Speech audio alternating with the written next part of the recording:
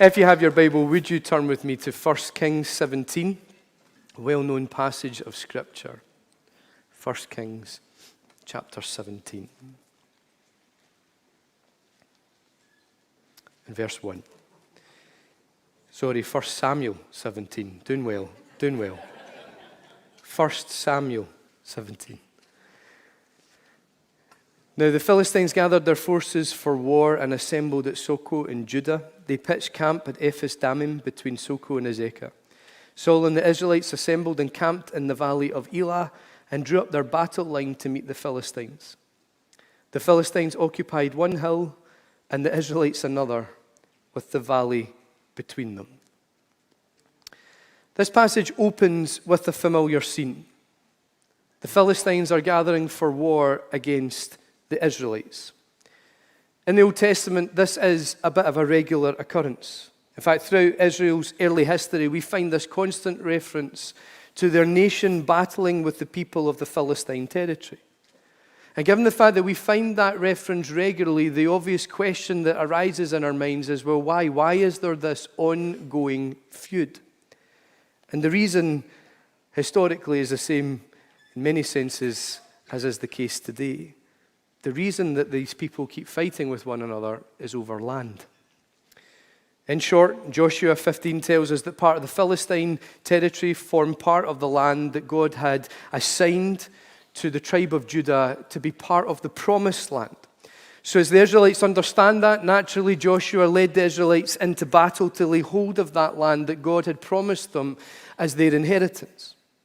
But despite the efforts of the Israelites, the territory within the Philistine region that belonged to the tribe of Judah, that was part of the promised land, was never fully entered and never fully conquered during Joshua's lifetime.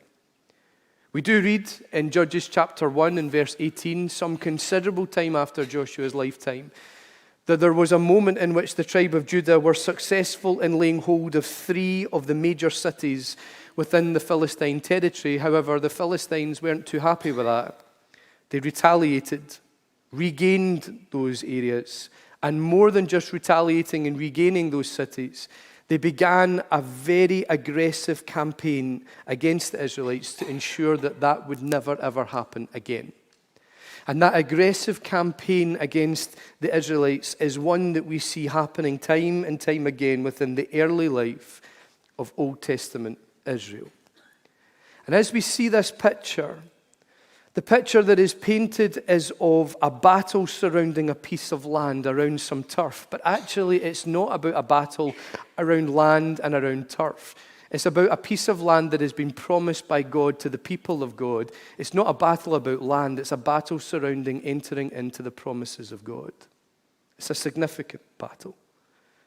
And what is interesting in that then is that, and what is encouraging in that, I suppose, is that for the Israelites, stepping into what God promised them wasn't easy. Stepping out in obedience to his voice, stepping into his calling was a bit of a struggle. It wasn't all easy and plain sailing. It wasn't a case of God spoke and they stepped out and obeyed and everything was rosy and everyone skipped through Israel singing zippity-doo-dah. The stepping into the promises of God involved a bit of a struggle for them. Involved a bit of a fight. And the Israelites found that each time there was this constant opposing force that sought to resist them, sought to stop them stepping into what God had for them. So being obedient to God meant having to put up a bit of a fight.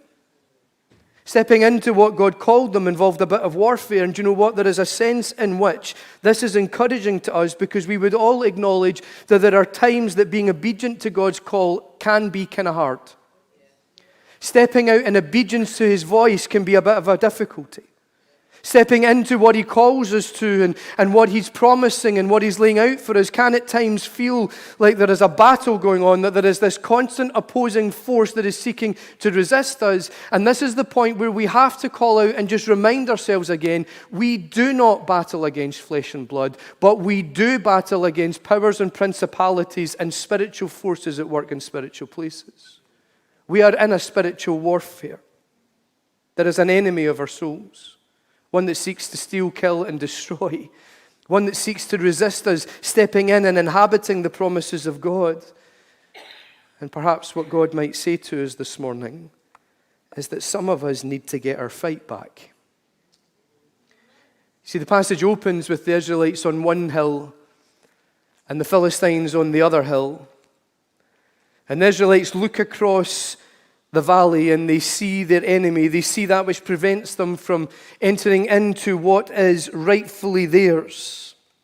And as they look, they see and they know that there is a battle that has to be fought. Standing on the mountaintop, they know that there is a valley that has to be entered and there is a battle that has to be fought. And you know, there are moments in life when we climb the mountain and we press into God and we seek Him and we come to that place where it's lovely and it's wonderful and we're sitting on the mountaintop, as it were, and as we crest onto the top of the mountain, we only discover that the other side of the mountain there is a valley that has to be entered and there's a foe that has to be conquered. In life, there are moments where we enter into valleys, dips in life, difficulty, hardships. There's forces that we have to fight against in order to climb back up the mountain at the other side and progress into what God is calling us and the territory that He is releasing to us. And that's difficult for us because we quite like the mountaintop stuff, don't we? And we quite enjoy the mountaintop experiences, so here's what we do. We build ourselves a theology and a doctrine that allows us to keep living on the top of the mountain. That allows us to live in that place where we teach ourselves and we train ourselves to believe that everything has to be lovely and everything has to be wonderful and everything has to be prospering and everything has to be blessed. But the truth of the matter is, when we get to the top of the mountain, if we are progressing in God, there will always be a valley that has to be entered and a battle that has to be fought.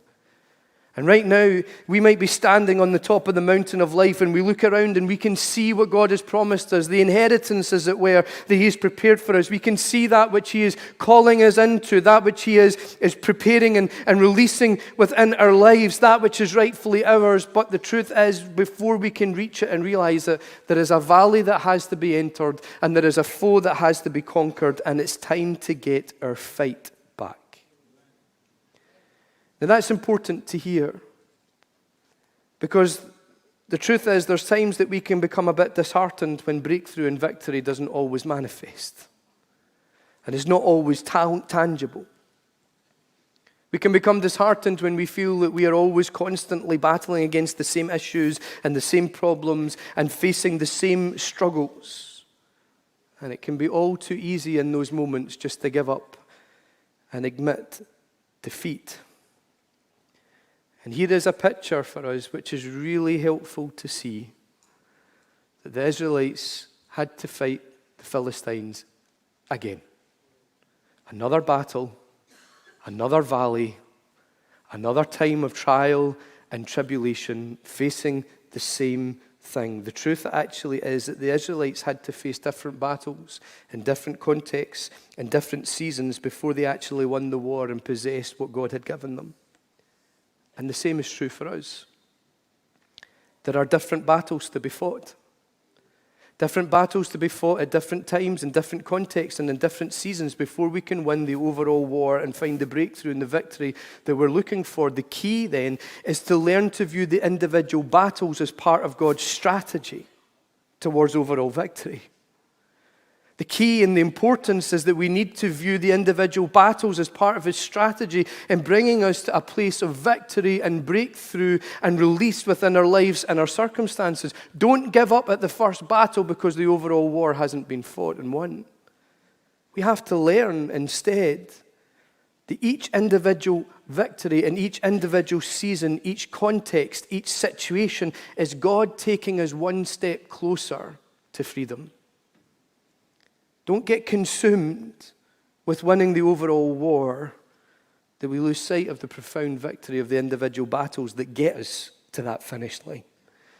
You see, it might be that freedom from the pain and the hurt that you feel begins with the battle to forgive yourself, which then leads to waging the battle to forgive the other person, which then leads to the battle to release your thought process from the constant memory and reminder of it, which then leads to the battle of coming out from under that cloud of guilt that you feel because of what took place, which then leads to the battle not to allow what took place to become your identity and your definition, which then leads to battling into a place of beginning to engage with God wholeheartedly and with arms wide open, and then at that moment complete freedom and deliverance comes. But each battle is important to lead towards the overall victory. And genuine freedom can never be found until each battle is individually fought and won head on and moved on from. Now, don't get me wrong, in the economy of God, God can take us from the first battle all the way through across the victory line and bring us into out-and-out freedom. He does that at times. He can do it, and He does do it. But there's also moments in which God leads us through battle after battle after battle after battle, which means that when we come through into the overall victory, we hold on to that and cling to it with all that we've got because it's cost us loads to get there. We hold on to it and we cling to it with all that we've got because we've seen God move and function, bringing us so powerfully, so faithfully through each of these individual battles and seasons that when we come to our overall breakthrough and come out into the open plain, we embrace it with all that we have. Don't become so consumed with winning the war that we lose sight of the profound victory of each of the individual battles that we have to face in order to get there. Don't condemn yourself when you've come before Him and prayed and sought His face and fasted and changed things in your life, but you haven't seen the overall victory yet, but instead pause and look back and recognize the small individual battles that He has brought you through and see His hand and see His work and celebrate what He's doing. Equally, to give up in an individual battle is to lose the overall war. We have to let the victory of previous battles give us confidence in the current conflict. In this passage, we read of the moment where the Israelites take their place on the mountaintop, ready to face the Philistines in battle.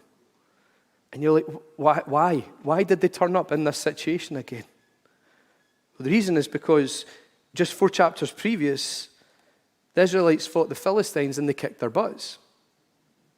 Just 4 chapters previous. And the last fight was won the old-fashioned way, with grace and truth.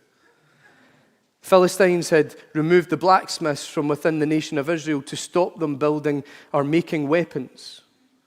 And so they had no weapons to go into battle with. And very long story, very short, God stepped in and through divine intervention, they kicked and whipped Philistine posterior.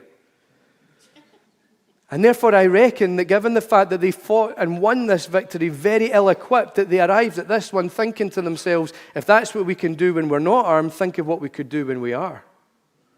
If we've managed to get through this one when we weren't properly prepared, think of what will happen now that we are.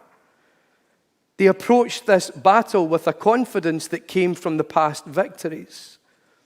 And you know, the lessons learned from previous battles strengthen us as individuals and equip us for what is to come. When we go through trials and when we go through difficulties in life, and we learn and we grow as individuals in the process, when we learn what to do and what not to do, when we learn about characters and natures, when we begin to grow in wisdom and understanding, will we come out the other side of those things stronger, bigger people, better individuals, better equipped as a result. And the knowledge of the victory from the previous battles gives us confidence in the current conflict because we can train ourselves and teach ourselves and encourage ourselves. If God delivered me from that, He can deliver me from this. If He's brought me through that, He will bring me through this. If He held me in that, I've got to believe I'm in His grip in the midst of this. The previous victory gives us confidence in the current conflict. So in 1 Samuel, we read of the Israelites taking their place for battle. Let's look at it from verse 4. It says, a champion named Goliath, who was from Gath, came out of the Philistine camp.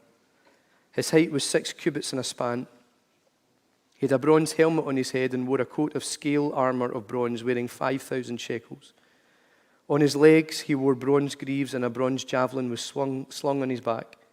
His spear shaft was like a weaver's rod, and its iron point weighed 600 shekels.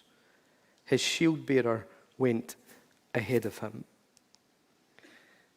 The Israelites march forward in battle, and they are immediately confronted with Goliath. Goliath immobilized the Israelite army. Now, two things caused this. The first was the appearance of the giant, and the second was the announcement of the giant. Now, what do we know about Goliath? What we know about Goliath is that he is called a champion. That's the way he's introduced to us. A Philistine champion called Goliath. Now, the word champion in the original language means a man of two fields, or a man between two armies. He was selected as a champion because of his ability and his excellence in combat, in strength, and in bravery. Goliath was the best fighter the Israelites had, and he was the strongest fighter that they had. And most certainly, he was the bravest fighter that they had. The champions didn't fight in the ranks of an army like an ordinary soldier. Rather, champions were ones who would stand in between the two armies, and they would summon the opposing army's best warrior to come and fight them. And whoever fought and won that battle won the war. Hence, the concept of a champion being one that stood between two fields or stood between two armies. They would stand and say, send your best guy. I'm our nation's best guy. Whoever wins this battle wins the war. Now, Goliath was qualified as a champion for obvious reasons. His height was 6 cubits and a span. And the footnote in the Bible, it helps us to understand what that means in real money. It reckons he was about 9 foot tall. In fact, some theologians reckon that he was between 9 foot and 11 foot tall. Now, in the Guinness Book of Records, which obviously I read alongside my Bible, in the Guinness World Book of Records, the tallest recorded man was a man called Robert Wadlow, who was 8 foot 11 inches. He weighed 490 pounds and wore a size 30 shoe. Goliath was taller than that, between 9 foot and 11 foot, which probably meant his toes were about the same size as my wee wife. But he was a big guy. His armor weighed a minimum of 5,000 shekels, which is 140 pounds, which is 10 stone in weight.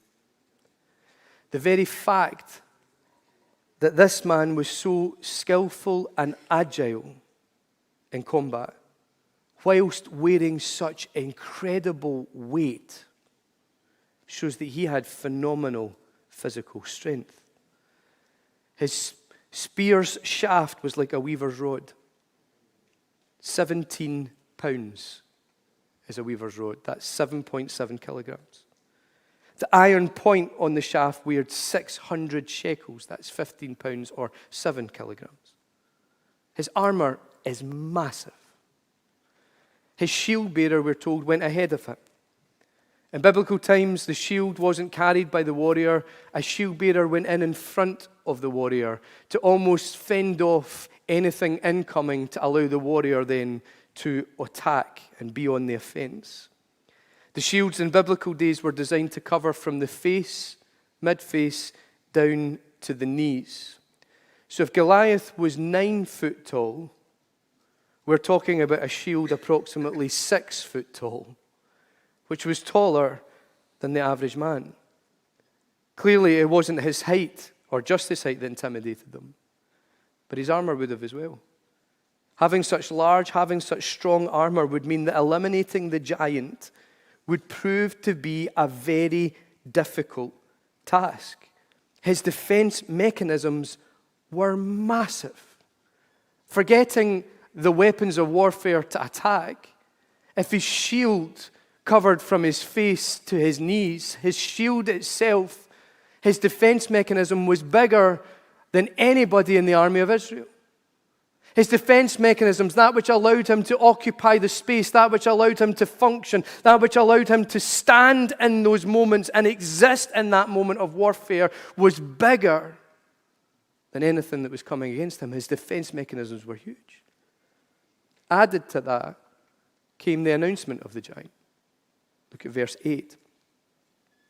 Goliath stood and shouted to the ranks of Israel, "Why do you come out and line up for battle? Am I not a Philistine? Are you not the servants of Saul? Choose a man and have him come down to me. If he's able to fight and kill me, we will become your subjects. But if I overcome him and kill him, you will become our subjects and serve us." Then the Philistines said, "This day I defy the armies of Israel. Give me a man, let us fight each other." On hearing the Philistines' words, Saul and all the Israelites were dismayed and terrified. Here we see Goliath functioning as the man between two fields, or the man between two armies. He comes and says, "Right, send out your best guy to fight me. Whoever wins, wins the war."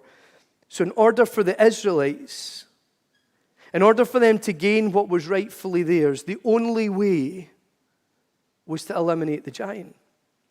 And this seemed like mission impossible. His defense mechanisms alone were bigger than even the biggest men of Israel, but yet this was their only option. In order to progress into the promises of God, in order to step into what God had called them to, in order to be what they were meant to be, in order to receive what they were meant to receive, they would have to take out the giant. And this seemed like an impossible task. But yet the only way that they could was to tackle the giant. And you know, in verse 16 it tells us that for 40 days the giant came into the valley and took his stand against the Israelites, and he did it day and night. In the morning when they awoke, they were confronted with the giant in the valley. At night, before they went to bed, they were confronted with the giant in the valley. Every day, morning and night, they were confronted with the giant in the valley. They could not get away from the giant in the valley. They had to confront him. And you know, for many of us, we journey through life experiencing the goodness of God and experiencing His reality, but when it comes to entering into all that God promised, there seems to be this force that stops us from entering into what is rightfully ours. We stand on the mountaintops of life and we look and we can see our inheritance, as it were. We can see what He's calling us into. We can see what He's prepared for us, and we look and we can see it within reach, and we recognize that before we can fully step into it, there is a valley that has to be entered and there is a foe that has to be conquered. And entering valleys in themselves is not a difficult thing for us. We've got loads of experience in that, don't we? Life is full of valleys. Progress in life is full of moving from one struggle and one difficulty to another. Yes, there's moments in which life is absolutely brilliant and wonderful, but we always know round the corner at some point things are going to get hard and things are going to get difficult again. We're going to need to enter into the valley. Entering in and journeying through valleys isn't a problem for us. The problem for many of us is that when we crest the mountain and we look down into the valley, we pause and we think, hang on a minute, there's a giant in the valley.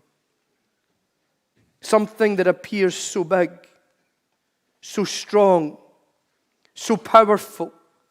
Something that it seems as though its defense mechanisms are so big, that which allows it to be there, that which allows it to operate, that which allows it to have its influence and have its position. We look and we think its defense mechanisms are so big, there's absolutely no way that we can do anything about that. And that moment, as we see that giant, it begins to spark fear within us.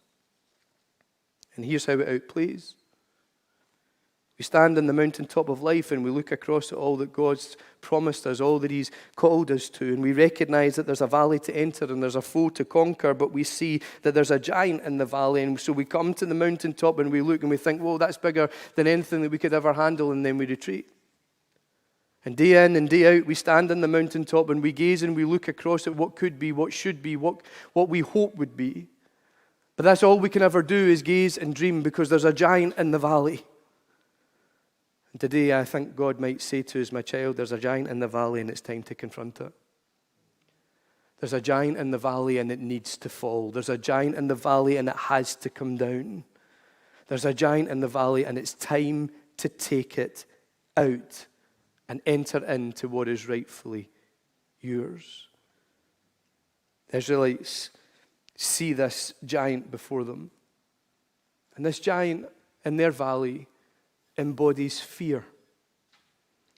Fear is a Goliath-shaped giant in the valley of life. Fear is a Goliath-shaped issue, particularly exiting COVID and living in a post-COVID landscape. But fear is also a Goliath-shaped issue that is plaguing the next generation. And you know what? It's time, as parents and grandparents, it's time as the current generation, it's time as the people of God that we rise up and take out the giant in the valley. It needs to be confronted. Verse 20 tells us of the moment that David is sent by his father to deliver the packed lunches to the brothers in the front line. We pick it up from verse 20 of 1 Samuel 17. It says, early in the morning, David left the flock in the care of a shepherd, loaded up and set out as Jesse had directed. He reached the camp as the army was going out to its battle position, shouting the war cry. Israel and the Philistines were drawing up their lines facing each other. David left these things with the keeper of supplies, ran to the battle lines and asked his brothers how they were. As he was talking with them, Goliath, the Philistine champion from Gath, stepped out from his lines and shouted his usual defiance, and David heard it. Whenever the Israelites saw the man, they all fled from him in great fear. Now, as we've already said in verse 60, for 40 days, Goliath took his position on the battlefield and shouted his threat. And we have to assume then that for 40 days, the Israelite men respond with the same reaction. They turn and run looking for their mammies. Now, Goliath incites fear. And Goliath immobilized the armies of Israel. In the same way, fear immobilizes the people of God. And fear has two profound characteristics. The first is intimidation. In verse 8, it says, Goliath stood and shouted to the ranks of Israel, why do you come out and line up for battle? Am I not a Philistine? Are you not the servants of Saul? Choose a man and have him come down to me. Verse 10. Then the Philistines said, this day I defy the armies of Israel. Give us a man and let us fight each other. Goliath steps onto the battlefield and asks a question. Why? Why are you turning up like this? Why are you lining up for battle? Why are you attempting to possess this land?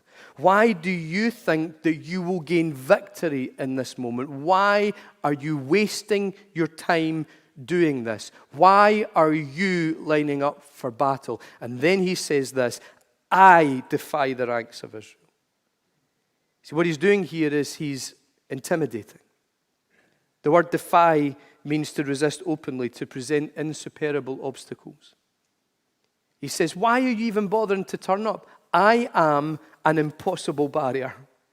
I am an immovable object to the ranks of Israel. What he's saying here is, me big, you small. He's intimidating. And that's what intimidation and fear does. It belittles you. It makes you feel and think that you're worthless and insignificant and powerless. And in doing so, it immobilizes you. Why are you even turning up? I'm so big and powerful, you're so small and pathetic. You're small, you're insignificant, you're powerless, you're worthless. Why are you even doing this? There's classic intimidation happening here. And we don't have time to go into it, but as well as that, what we see as an impact upon the identity of the armies of Israel. He says, why are you, the servants of Saul, lining up? David corrects it later on. He says, actually, what you're dealing with here are not the servants of Saul, it's the armies of the living God. Fear intimidates, it belittles us, it impacts our identity. But not only does it intimidate, but it also manipulates. Verse 11, it says, on hearing the Philistines' words, Saul and all the Israelites were dismayed and terrified. Verse 24, when the Israelites saw the man, they all fled from him in great fear. We see manipulation here. To manipulate is to control. And here we see the giant controlling the army's behavior and the army's mindset. Because what we see here is completely irrational. They are an entire army. He is one man. But the sight of the one man causes them to run. You'll notice it doesn't say, when he came running towards them, they all ran away in fear. When he started firing arrows at them, they all ran away in fear. When he started fighting them and giving them the Malki, they all ran away in fear. No, it just says, whenever the Israelites saw the man, they all fled from him in great fear. All he does is stand in front of them, and as soon as he stands up, they run away. A whole army runs from one man. That's not logical. That's not rational behavior. That's irrational behavior. And the scripture says this happened, verse 16, for 40 days. So here's how we see manipulation. For 40 days, every morning they line up. Every evening they line up. The giant comes out and they run away. They come back and repeat it again before tea. Next day, they get up for breakfast, line up. They see the man, they run away. They come back at night, repeat it again before tea. And actually what happened is that took place for a period of 40 days. For 40 days, this giant completely manipulated their behavior and their function. They weren't able to function because of the presence of this giant. Fear manipulates our everyday, regular behavior. It influences the way that we function, day in and day out. This giant is controlling and manipulating their behavior, but not just their behavior, also their mindset. Verse 11 says that when they heard the words of the giant, they became dismayed. The word dismayed means to break down, to despair, to become depressed and anxious. So it's not just their behavior that's impacted, but their whole emotional state is too. Fear doesn't just manipulate our behavior, it also impacts our emotional well-being. And it impacts our function and our focus in life. The Israelites lost sight of their purpose.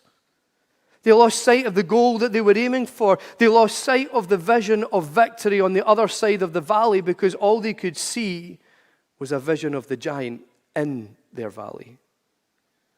So often fear can just immobilize us, can cause us to lose sight of what God has called us to, can stop us from functioning, can impact us emotionally, mentally, as well as physically in the way that we live day in and day out. And the only way that we can step fully into what God has for us is to confront the giant. We see this in David's interaction with the situation in verse 26. It says, David asked the men standing near him, what will be done for the man who kills this Philistine and removes this disgrace from Israel?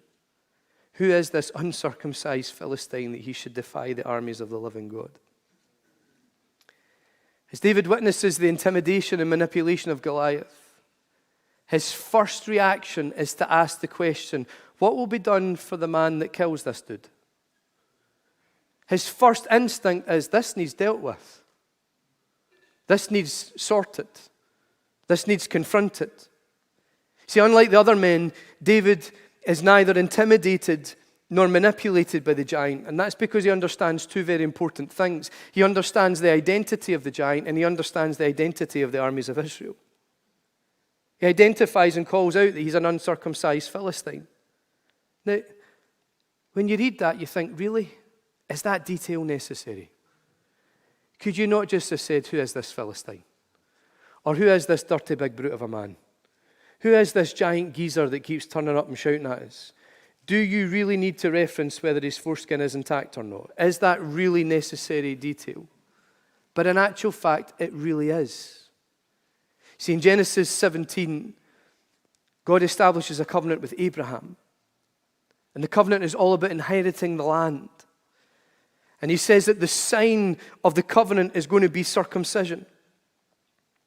Genesis 17, in verse 8, it says, the whole land of Canaan where you now reside as a foreigner, I will give you as an everlasting possession to you and your descendants after you, and I will be their God. And then verse 11, it says, you're to undergo circumcision, and it will be a sign of the covenant between me and you. The covenant that God gave to Abraham and his descendants was the whole land of Canaan. It was to be their everlasting possession. They were to own it and possess it forever. What we're reading is the Israelites stepping into that covenant. And the symbol of the agreement was circumcision. Verse 14 says this, any uncircumcised male who has not been circumcised in the flesh will be cut off from his people, and he will have broken my covenant. In its most simplistic sense, because we don't have time to unpack it, God basically says, whoever is circumcised is in my promise, and whoever isn't is not. Whoever is circumcised is part of the plan. Whoever is uncircumcised is not. Whoever is circumcised is for me, but whoever is not circumcised is not for me. By default, is against me. Now, David calls out specifically, and he identifies that Goliath is an uncircumcised Philistine. So quite importantly, what he's calling out is, one, this giant is not part of God's plan. Two, he's not for God, and therefore God's not for him. What he's saying is this giant and all that he represents, this intimidation, this manipulation, it's not part of God's plan. It's not from him, it's not of him. Therefore, it's not God. And as Christians, we have to understand something quite important, and that is that fear is not part of God's plan for our lives. And thank God that it's not. But secondly, fear is not of God. 2 Timothy says this, God has not given us a spirit of fear. He's given us a spirit of power and of love and of a good mind. Two things come out of this. The first is fear is a spirit. Now, please hear what I'm about to say. Fear is a natural human emotion and reaction to danger and things that we experience. It is not wrong to have fear. It's normal. Fear is a normal human emotion that is there to protect us. It is a natural experience that we will have in response to things that we experience in life. However, what we're talking about here when we talk about fear as being a spirit is not the natural human reaction that we have in response to things, but rather what we're talking about is when something moves into our life with defense mechanisms that seem so big that it's got a right to be there, and it is intimidating and manipulating and controlling our lives and is preventing us from entering into what God has in store for us. That is not part of God's agenda for us. That is a spiritual fear. God did not give that spirit. That means it didn't originate in him. It means it's not part of his plan for us. It means it's not of him. It's a tactic of the enemy to immobilize us from God's best for us. And therefore, that type of fear has to be confronted and it has to be dealt with. But how? Well, the key is actually back in the whole circumcision stuff again. Circumcision was a sign of the promise that God had given. And one of the promises that God gave Abram was this: do not be afraid. I am your shield. He says, don't be afraid. Don't want you to live with fear in your life. And here is the reason why. I am your shield. Now remember, a shield was carried into battle in front of the soldier. It covered the soldier. It brought protection by eliminating anything that might come against the warrior to take that warrior or soldier out. So God says to Abraham, you have no need to fear because I am your shield. I go before you. I walk ahead of you. I go before you. I am your covering. I eliminate anything that seeks to come against you.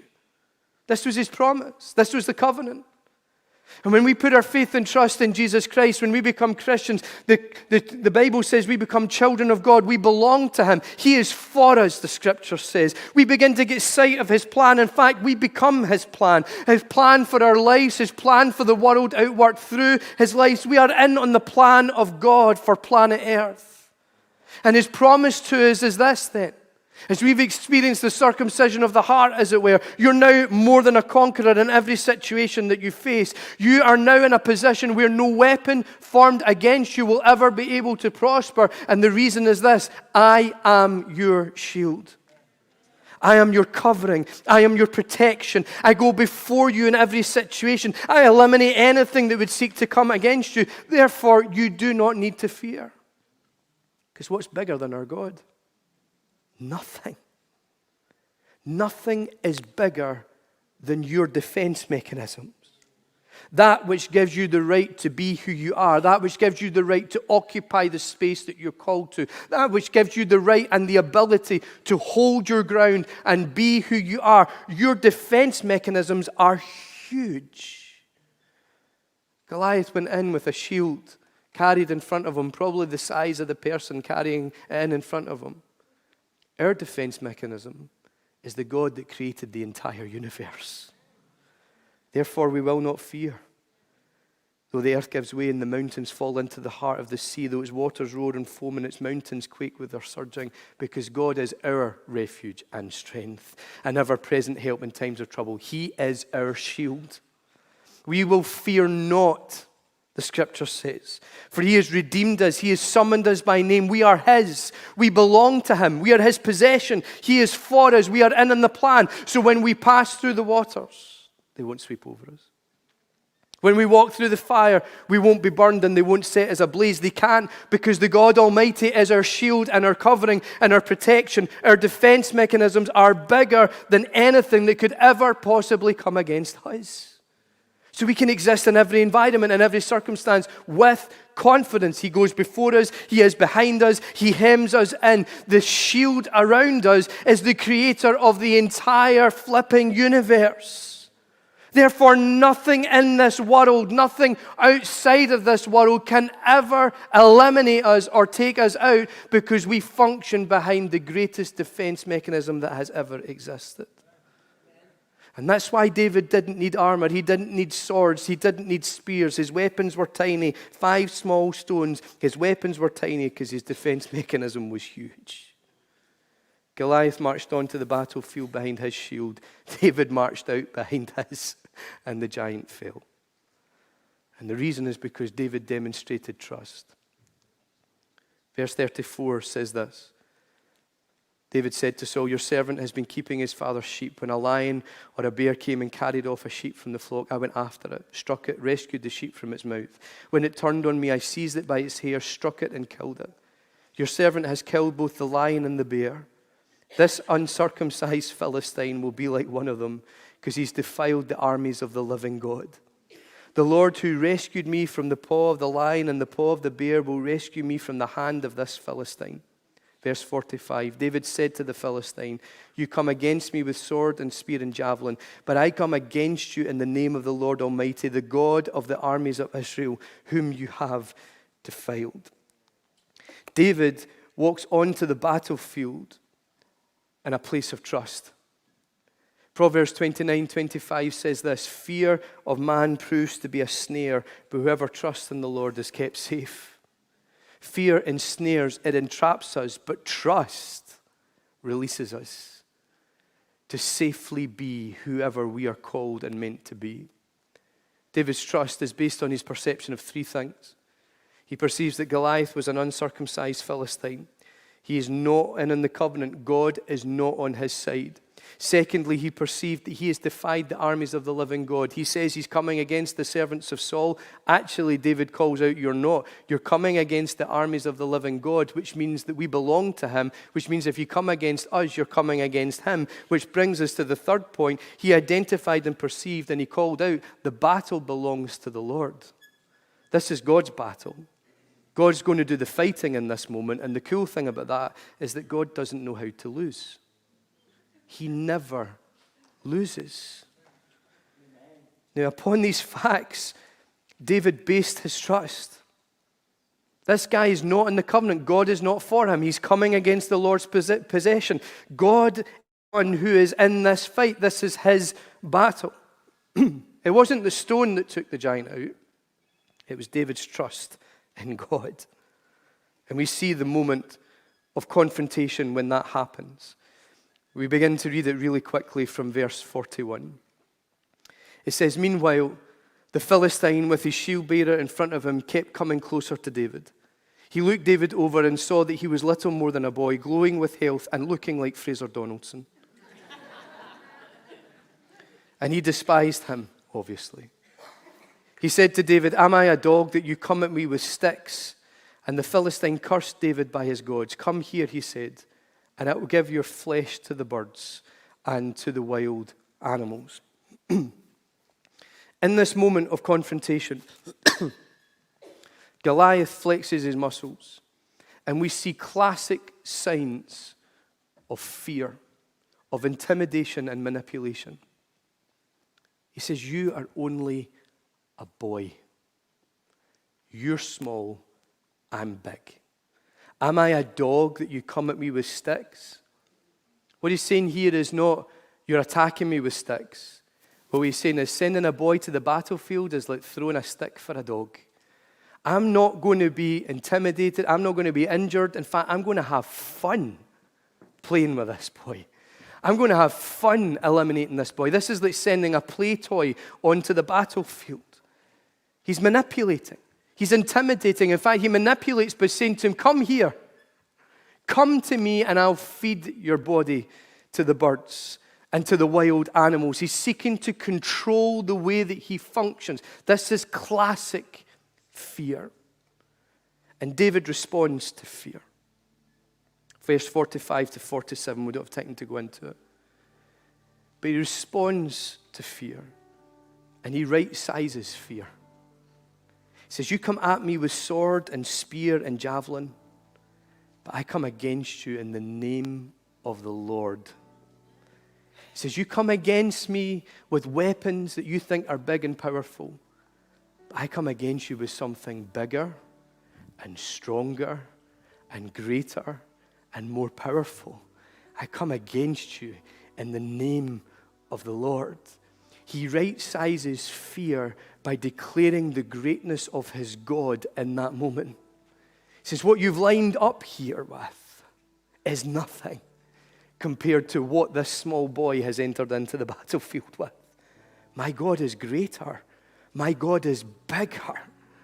And he not only declares greatness in the face of fear, but he also declares his identity. He says, you call us the servants of Saul, but you need to understand, you're coming against the armies of the living God. Our strength and power and ability in this battle is not determined by the significance or the wealth of a king or the prowess of his military armor. Our strength and ability is dependent upon the King of Kings and the Lord of Lords. You need to know who I am and you need to know whose I am. He declares his identity. And in that moment, he right-sizes fear. Fear is the giant is trying to control and manipulate him by making out that he's big and he's small and he can control and he can manipulate him. And David, by declaring the greatness of God, David, by declaring his identity of whose he is and of who he represents, David actually brings that giant down teeny tiny little, takes it out with a small stone. He brings him down small. You see, when we find ourselves in the moments of conflict and hardship, when fear is flexing its muscles, we need to begin by right-sizing fear and beginning by declaring the greatness of God in the moments of adversity. And those declarations aren't just a prophetic act that actually is a weapon of warfare that brings change and shapes culture in those moments. Actually, even within the culture of the soul, a change is made, because as we begin to declare the greatness of God, this might be what's facing me, but actually my God is greater and my God is bigger and my God is stronger. And what he's brought me through before, he's going to bring me through this again. If he's done this for me then, he can do it for me again. As we begin to declare the greatness of God, confidence and strength begins to enter into the soul. And we begin to stand in that moment saying, you might be coming against me, but you need to know whose I am and who I represent and who I belong to. And he's the King of Kings and the Lord of Lords. My defense mechanisms are bigger than anything that could ever come against. And David takes that stone and the stone strikes the giant and the giant falls to the ground. Now the giant's not dead at that point. Scripture calls that out very specifically. But there's a key phrase in verse 49. It says, reaching into his bag, taking out a stone, he slung it and struck the Philistine on the forehead. The stone sank into his forehead and he fell face down on the ground. That's significant. The giant fell on his face. His back was exposed. Historically, the back was the only part that was not covered by armor, because the mindset was you advanced into battle and you never retreated. David, by putting his trust in God, by declaring the greatness of God and the identity of whom he belonged. In that moment, God actually presented that what appeared really big was actually very small and very vulnerable in comparison to the greatness of God. And verse 51 says that he killed him. And we can only assume, it's not explicitly called out, but we can only assume that this giant brute of a guy covered in armor, the only way that could have happened was the sword right through his back. But putting the trust in God, God created the opportunity, he exposed the weakness of the enemy and gave David a way to take that which came against him out. Verse 51 says this, and with this we'll bring this to a close. David ran and stood over him. He took hold of the Philistine's sword and drew it from the sheath. After he killed him, he cut off his head with the sword. David's trust caused three things to happen. Number one, specifically it says David stood over him. To stand over him is to be in a position of authority. His trust in God in that moment brought David to a place of authority and victory. In the midst of conflict and adversity, when fear is flexing its muscles, when we begin to prophesy greatness, when we begin to declare the greatness of God within that moment, the God to whom we belong and in whom we have our trust, those actions bring us into a place of authority in those moments. God brings us to a place where we stand over that which comes against us. Secondly, it says he took hold of the Philistine's sword. He disarmed the enemy and left them powerless against him. He had no ability to wound or impact him anymore. He was disarmed. Thirdly, he chopped off the bloke's head and killed him. He eliminated the giant completely from that valley and from ever operating in that way ever again. David, by putting his faith and trust in God, was brought to this phenomenal place where the giant fell and the victory was sure. When we find ourselves in those moments, we have to build into our mindsets the ability to perceive that which is coming against me. God is not on that side. I am the Lord's possession. Therefore, what comes against me comes against him, which means then this battle isn't mine and it's his, and he never loses. Our trust in him in those moments will give us authority and victory over the giants that exist in our valleys. We'll disarm the enemy and leave them powerless against us. Think of this. The enemy raises everything up to try and belittle and try and confront and try and eliminate and to try and control and manipulate. And he throws his best at us and we just start celebrating Jesus and talking about how wonderful he is. And he keeps firing at us and he keeps firing at us and he keeps throwing stuff at us and we're just delirious celebrating the joy of God and how awesome he is and how amazing he is. He has no influence in that moment. We render him powerless. And in the place of trust, God begins to move in our lives and through our lives to bring us to a place where he eliminates that giant from our lives, never to function again. Glasgow Elam, we stand on the mountaintop and we've had a good innings since we've emerged back from COVID and God's brought us to an amazing place. But as we stand on the top of the mountain, as it were, there is a valley that now has to be entered and there's a foe that has to be conquered. And there is a giant in that valley. But that giant is not of God's will. It's not for him. It is against him. And that giant is coming against us, is coming against the Lord's possession. Therefore, this battle is God's. And we need to see that giant taken out. It's time for the giants to fall. And the only way we can do that is to declare his greatness, put our trust in him, and watch him get to work. So I wonder, Glasgow Elam, would you stand with me and could we declare the greatness of God together? Could we declare that together?